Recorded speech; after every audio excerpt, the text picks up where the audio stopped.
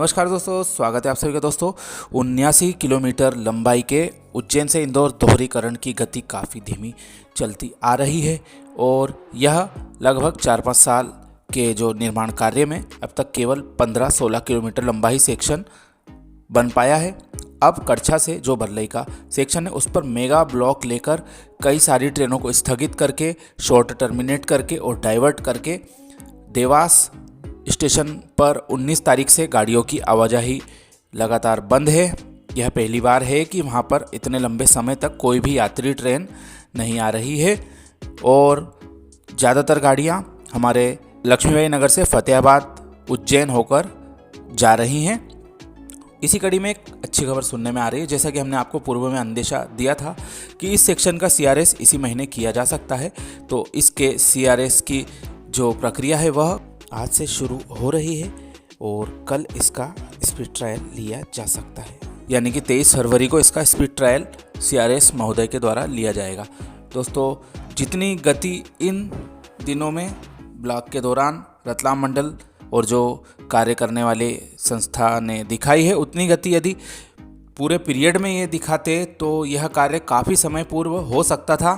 खैर, पुराने समय को वापस नहीं लाया जा सकता, लेकिन जो हमारा आगे का सेक्शन है बरलई से लगा के इंदौर लक्ष्मीबाई नगर तक का 27-28 किलोमीटर लंबाई का जो सेक्शन है, इसको बनाने की डेडलाइन अब पश्चिम रेलवे के द्वारा दिसंबर 2023 तय कर दी गई है।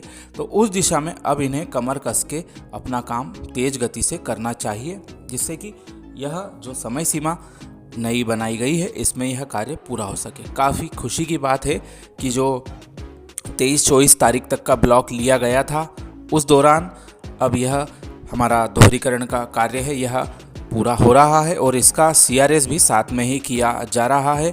तो उम्मीद कर सकते हैं कि जो ट्रेनें बंद की गई थी उनकी बहाली भी जल्दी होने के आदेश आ जाएंगे। वैसे 23-24 तारीख से ट्रेनें बहाल होना शुरू हो जाएंगी और इसी दिशा में जो बाकी के कार्य हैं वह भी CRS महोदय के द्वारा जांचे जाएंगे, जैसे कि प्लेटफार्म के कार्य हो गए और OHE के साथ में लेवल क्रॉसिंग, पुल पुलिया आदि के कार्य वे जांच करेंगे।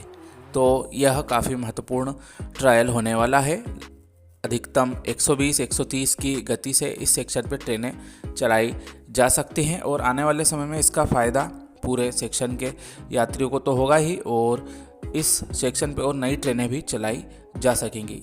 इसमें दोहरीकरण के साथ में विद्युतीकरण भी किया गया है और यह कार्य इतना धीमा चल रहा है। हमने कोरोना काल से जब से इसकी पहली बार रिपोर्टिंग चालू करी थी 2020 के प्रारंभ से, तब से अब तक केवल 15-16 किलोमीटर का कड़छा का सेक्शन था, वह बनकर तैयार हुआ है और उसके बाद से अब तक 2-2.5 साल बीतने के बाद में यह अगला 35 किलोमीटर का सेक्शन तैयार हो रहा है। उसमें से जो कड़छा से बरलई का सेक्शन है 6 से 8 महीने तक एक जैसा ही पड़ा हुआ था, उसमें हमें कोई प्रोग्रेस नहीं देखने को मिली। प्रोग्रेस दिखी इस साल जब रेलवे बोर्ड के द्वारा जो डिले हो रहे प्रोजेक्टों को अपनी लताड़ लगाई थी, उसके पश्चात इसके कार्यों में तेज़ी देखी गई।